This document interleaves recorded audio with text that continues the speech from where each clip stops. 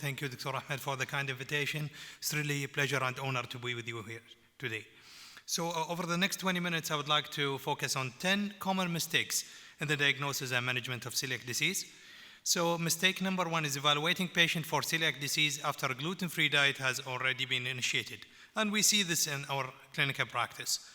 The problem with this is that your serology might disappear with time and your histopathological finding might also disappear or will be uncertain at that time. So the key point here, or the take-home message, is to initiate a gluten-containing diet or normal diet with adequate amount for at least 2 to 8 weeks before pursuing further evaluation by performing serological markers and histopathology. The implication of a gluten-free diet is quite huge on the families and patients, because being adherent, to diet for life is not easy. Contamination might happen from the diet or from other hidden sources, and you need to follow these, patients, children or adolescents for their growth, well-being, and you have to, repeat the serology, and sometimes we need to repeat endoscopies as well. Mistake number 2 is determining a positive diagnosis of celiac disease based on symptom resolution only following introduction of gluten-free diet. And this is also a common mistake and myth that we encounter in practice. Just going back almost 90 years ago, this is the picture of celiac disease in children. This is a classical, malnourished children in London with hypoalbuminemia, protruded abdomen, wasted buttocks, and so on. We don't see this quite often. Actually, we are seeing the opposite. We are seeing well-looking children, they are obese, they are constipated. So there is a change in the paradigm and symptoms of celiac disease around the world. Going to dip more, I think we are very good as physicians, gastroenterologists, or primary care physicians in detecting symptomatic cases or the tip of the iceberg. But what about those who present with extraintestinal manifestation or minimal symptoms, or they might have very minimal histopathological finding? There is still a lot of work to do with potential and latent celiac. Typical GI presentation of celiac, I think it's very well known to all of the audience here, with the diarrhea, vomiting, constipation, abdominal bloating. Extraintestinal manifestation is very interesting. We are seeing more and more of this. At least in our practice, we get referral from endocrinologists all the time because of short stature without anything else before starting growth hormone therapy. And believe it or not, we detect 1 out of 10 children only present with short stature with no additional symptoms. Other very important indication is refractory iron deficiency anemia. Children or adolescents taking adequate treatment dose of iron for 3 months, 6 months, and the hemoglobin levels stay the same or slightly increased. Again, think about malabsorption, and celiac disease definitely is on the top of differential diagnosis.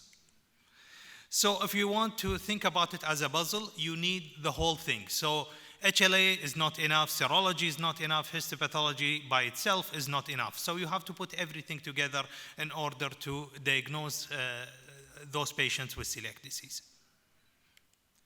And this table just summarizes, the different presentation of celiac disease. The typical is easy. They have symptoms, they have positive serology, and they have histopathological finding of March 2 and above. We get in trouble with the potential and latent celiac. So with the potential, you get a positive serology, you have symptoms, but the histopathology findings are very minimal. So either they have March 0 or 1, and the pressing question here, whether to start a gluten-free diet or not. And there is no right or wrong answer here. It depends on your practice. In my practice, usually we started the gluten-free diet if the child have March 2 and above. You can follow these children later. You can repeat the endoscopy and serology in 6 to 12 months time and see if there are any changes that might direct you to the correct diagnosis. And this is also children, adolescents, or adults who respond to gluten-free diet. Does not mean they have celiac disease, because differential diagnosis of gluten-related disorder can include wheat allergy, and you need to exclude celiac disease before labeling anyone as wheat allergy by performing a skin test and specific IgE to wheat, or by ruling out wheat allergy and celiac disease. Think about non-celiac gluten sensitivity, which is highly increasing phenomena, which can be considered as a subtype of irritable bowel syndrome, and you need to exclude wheat for some time and reintroduce it later after resolution of symptoms. What about mistake number 3? Taking insufficient number of duodenal mucosal biopsy sample and lack of biopsy orientation. And this is common, myth. We see it in our practice. So if you read, adult or pediatric guidelines, you need a minimum of 4 to 6 biopsy.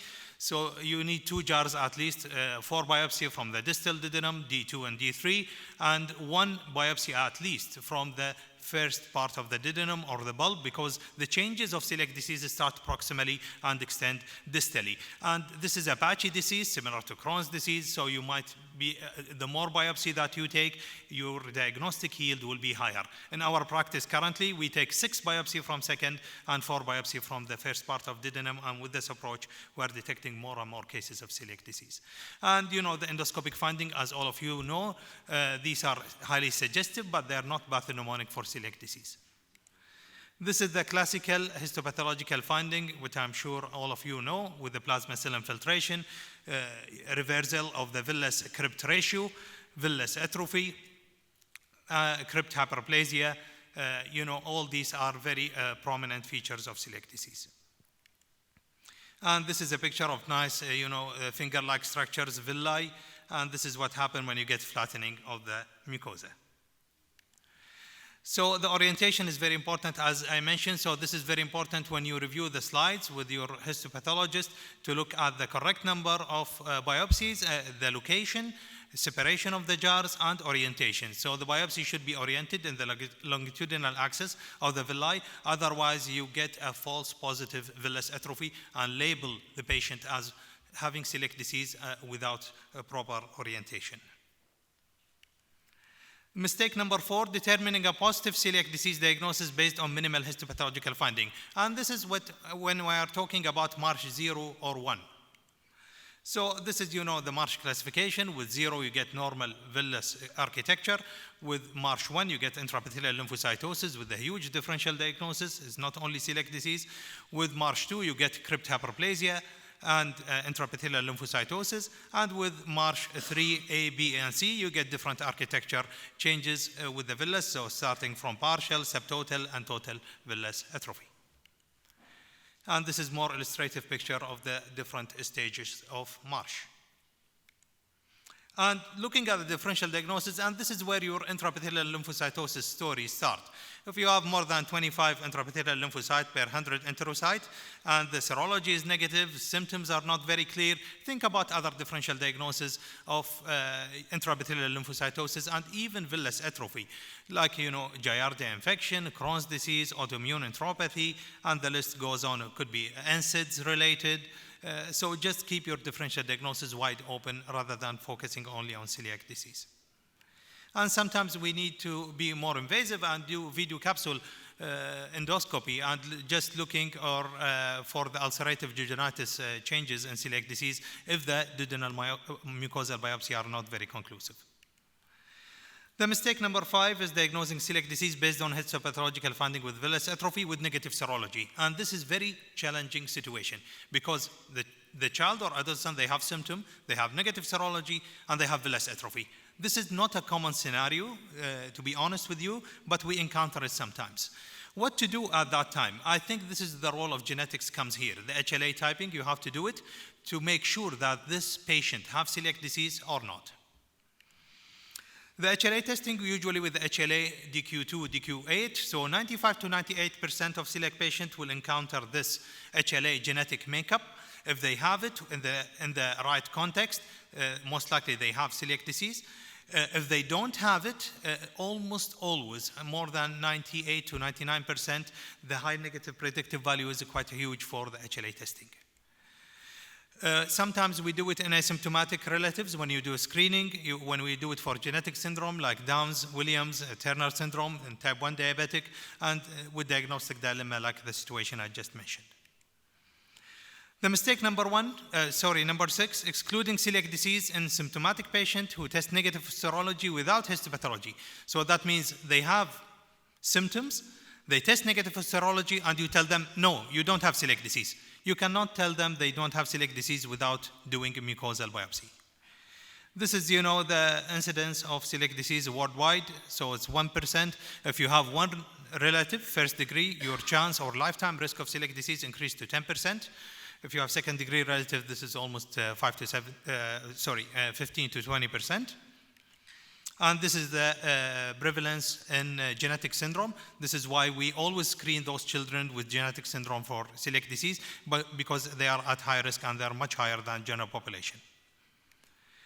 Of course, our colleagues in endocrinology are referring children to us with type 1 diabetes, autoimmune thyroiditis, and others. These are high-risk groups. These are the serology marker we are using nowadays. Definitely tissue transglutaminase antibody on the top of them, and deaminated gliadin peptide are very sensitive and very specific marker, especially in young children below the age of 5. This is the approach that we use. This is coming from NASPGHAN, the North American Society for Pediatric Gastroenterology, Hepatology, and Nutrition. And the new trend now is omitting biopsy in those who have very high TTG level, more than 10 times upper limit of normal, and positive anti-endomycin antibody in a second sample. There is now a trend to omit biopsy in this subgroup of children. However, personally, I have some reservation about this approach because you are putting these children on a gluten-free diet for life, so I think we have to be very careful and do endoscopy in all children.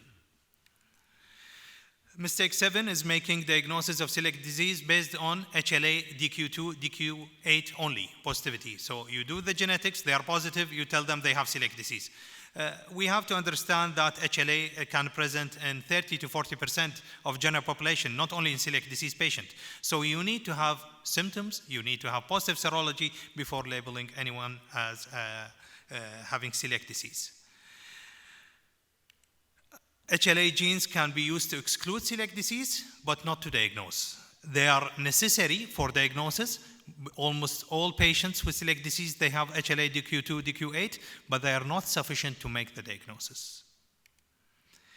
Missing IgA deficiency when testing patient with suspected celiac disease. This is why it's a routine for us to order a total IgA level with tissue transglutaminase antibody IgA and IgG tests, because you don't want to have a false negative test in cases of selective IgA deficiency, which we know it's quite common in patients with celiac disease as compared to general population.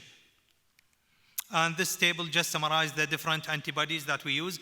We know that anti-gliadin and IgG and IgA are out of favor now because of the poor sensitivity and specificity. The anti-endomycin antibody and TTG IgA remain the gold standard screening test for celiac disease, with very high sensitivity reaching 98% and specificity above 97%.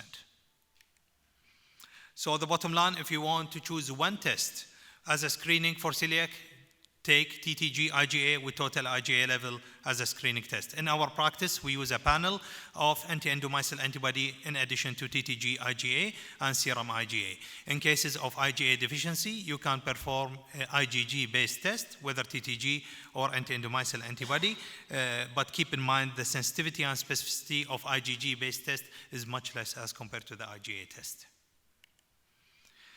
Mistake number 9 is misdiagnosis based on obsolete tests like natives IgA and IgG. I think we covered that part, that anti-gliadin antibodies, we don't use them. They can be positive in general population. They can be positive also in non-celiac gluten sensitivity. So we don't recommend using anti-gliadin antibody nowadays.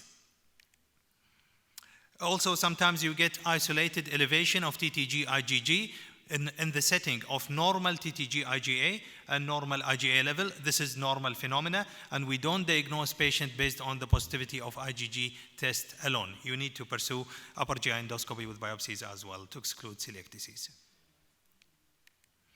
And mistake number 10, the overestimation of refractory celiac in patients whose symptoms persist on a gluten-free diet. This is very common, and the problem with the gluten-free diet, there are many hidden sources of gluten. You have to be very vigilant to follow this diet, and there is also a limitation, and there is a poor quality of life in following gluten-free diet, especially in the adolescent age groups. And you have to be careful. It's not only food. Not only the food, the labeling, there are hidden sources of gluten, whether it's in a herbal supplement, in makeup, in mouthwash, and toothpaste. There are very hidden sources. So before labeling a patient or with refractory celiac, check compliance again and again. And also, there are many factors to improve the adherence. I think the diagnosis part is very easy. You educate the patient, you bring them to the dietitian, they sit together every 3 to 4 months, you tell them what to eat and what to avoid. But it is, believe me, it's not easy to follow a gluten-free diet. You need to repeat this message again and again, and you have to look for the hidden sources of gluten.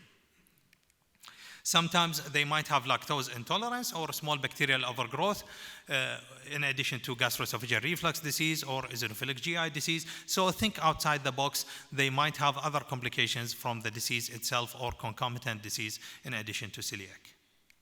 Sometimes, if you are very unlucky and the patient have very late diagnosis, they might present with lymphoma, and you label them as a refractory celiac disease. By the end, I encourage all of you to look at this booklet, which is a gluten-related disorder. This applies for children and adolescents and adults. This is published a number of years ago by the NSPGAN. It's a very useful resource to look at. With that, I would like to thank you for your attention.